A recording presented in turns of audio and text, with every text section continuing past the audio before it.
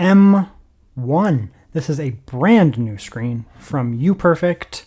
UPerfect makes some hella perfect monitors. I like them. What's special about this one? Well, it's a mini LED. Mini LED is sick for various reasons, contrast being one of them, and other advantages. And despite, unlike OLED screens that have a limited brightness, you can get brighter OLED screen, but it's just an emerging tech. Despite that, they get really bright. This M1 here is 14 inches and it has a rated brightness, they say, of 1500 nits. 1500 nits is very bright. You can do USB-C or you can do HDMI. HDMI, it comes with a micro HDMI to full-size HDMI. HDMI, of course, does not supply power, so what you would do is you plug in HDMI. My laptop has it. Then you would also plug in USB-C to the wall. And give it power. This will give it. But if you have full-function USB-C, like this laptop has, that means that it's going to supply power and also display. There you go. Now, this monitor here, while it's plugged in, I'll show you. It's super light, by the way. This thing weighs nothing. It's so thin. And it weighs, this is probably the lightest portable I've ever used. It's very light. Anyways, so on the right here, tucked under here, we have the first bit of controls. We have some controls there. As you can see, power, this little dongle thing to control, and you get headphones. Very good. You'd love to see it. There are speakers here. They're not going to be anything like behemoth speakers, but they are there for a reason. Then you get two USB-C and HDMI. That's going to be for power and display when it's plugged into a laptop like this. If not, then you can go with one of the USB-C for power and the HDMI for display. Very cool. And then it does have this hinge style. So rather than being a folio style, it has this style here.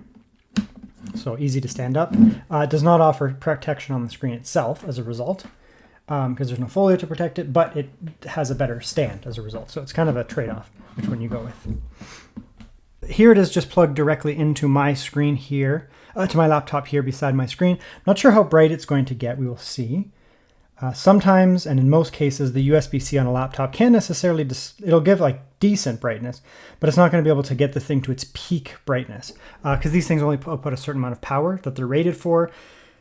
Anything beyond that, like it just can't supply it necessarily, at least on this laptop it can't. So then if you need, generally good brightness, like this is generally well lit. These and these actually look quite similar in terms of brightness. So that's really nice. You get really, really similar brightness. If you need more brightness, than that, then typically what you would do is you would plug in, they include a charger, but you would plug in a USB-C. Now it's going to pull power from the wall, and it's so bright. It doesn't show up on camera, but it's so bright. Wow. Yeah, it's not even comparable. Like it actually, like my eyes are like, whoa. Like actually my pupils are constricting. And this is like a reasonable laptop, like 400, 500 nit, pretty standard brightness. And it's fine, especially for indoors. But once you start to get outdoors with a laptop like this, it does actually start to be like, okay, well, I mean, it's pretty dim. So you get two advantages here. Not being matte means you're not going to get gloss, and then reflections from that, but it's also super bright. So it can actually cut through, like other than having the sun physically on the screen, like that is bright. I have a overhead spotlight right there. I have my ceiling light, which is huge, and a spotlight from the right shining on this thing, and it doesn't look any washed out. The camera might try to fix this one because that's usually what it does, but they're not even remotely comparable. They're not even in the same realm. They are massively different. This one is significantly brighter. Okay. So we'll flip them over here. It's 1600p, so it's fine resolution, especially at 14 inches. That's quite high resolution. This is 14.5, so it's a tiny bit bigger, I guess, technically, but they're very similar. 1600p, so very fine resolution. It's not going to be a super high refresh or anything, so don't worry about that. It's not really meant for 120 hertz random gaming. You can game on it, and I will in this video. But anyways, it's going to look pretty good. So that's great. Looking fantastic. Now, you're looking at an sRGB level screen. The difference there is that DCI-P3, I mean, it had some, man, it's so dim in comparison. It has some advantages where, the colors are saturated for like some content type stuff, but technically they're not necessarily accurate. They can actually be oversaturated. This one here is going to be actually more accurate. So if you're taking this somewhere, you're doing professional work, graphic design, video editing, that kind of stuff, and you need to have color accuracy, it's going to be fantastic. sRGB also has the advantage of just also looking nice for content consumption.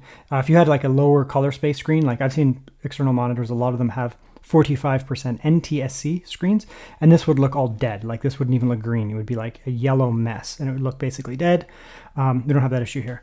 It's funny how the camera is really working hard to adjust and make this look brighter. You can kind of see it on camera. Maybe I'll see it in the video after the fact. Maybe this just is how it's showing me, but this is noticeably dimmer. Like it actually looks dim to me now, which is funny because when I don't have such a bright screen beside me, I don't really notice, especially indoors. But, you know, I've taken this out into my car and like waited for someone in my car and had this thing, and it can be pretty hard to see. This thing is super bright, super bright. So that's really nice. Let's just play this video here for a sec. It has speakers, by the way. As you can hear, the audio is like doubled.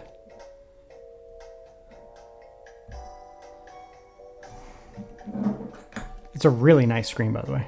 Like it makes this screen look like crap, to be honest, because it's just so dim in comparison. I want to like take this screen out and put it into this laptop. It doesn't fit, but that'd be pretty sick. It's so bright.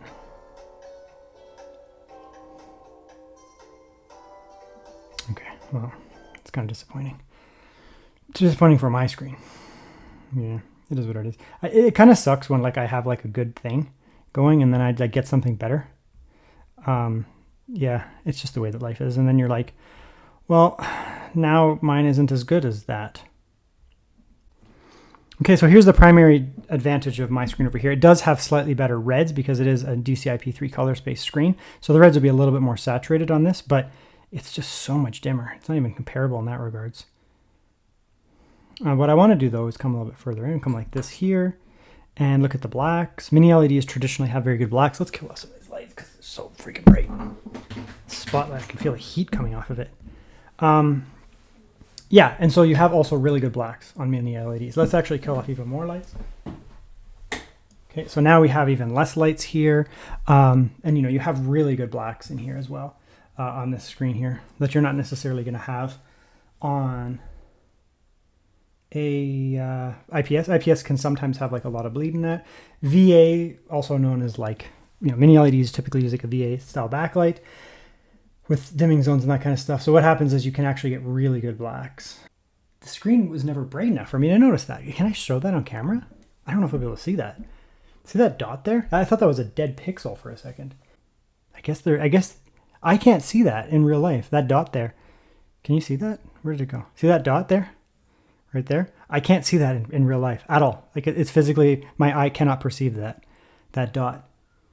That's interesting. And then over here, it's like bright. And I can see that in person. Like I can actually see that dot in person. That's so cool. I've never been able to notice that this is actually like a real world surface. I always thought it was digital. Like you can actually see specks on the table surface right there. There's like dust there. Okay. So Nintendo Switch plugged in. Now, why am I doing this? Well, there's a couple reasons. One, maybe you take your Nintendo Switch with you on the go, right? So you can play on your Switch, which is fine. But then at some point, you're like, no, I want to play on a bigger screen, right? Rather than an 8-inch screen. This is a Switch 2, by the way. So 8-inch screen, I want to play on a 14-inch screen. Or maybe rather than playing on your Switch 1, which is a 7-inch screen or smaller, depending, you don't want that. So here, what we have is do it later. I'm able to actually play games on my Nintendo Switch here on an external screen. It's very bright, so if you're going to be playing outdoors or anything like that, you're going to get a ton of brightness. So very good if you're playing with friends, taking it on like a camping trip, taking it on the go, you're on an outdoor area, you're going to play with your friends. It's going to be very bright. Very, very, very bright. The other thing, as you can hear, is there's audio. And why is that relevant? Well, if you were... Can I break these? If you were playing on your Nintendo Switch, you cannot. If you're playing on your Nintendo Switch, it produces the audio. As soon as you plug it into a monitor over HDMI, which is what it takes, the audio will cut out because it no longer produces audio from here. It must produce there.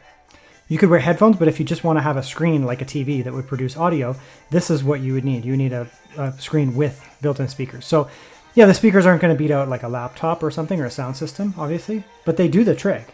And the point of them is so that in a situation like this, you have audio. It's incredibly satisfying. You're no daisy. Anyways, sick. It's a really nice monitor. Really, really nice. If you need something that is very emphasized that is very, very strongly emphasizing brightness, this one is really good.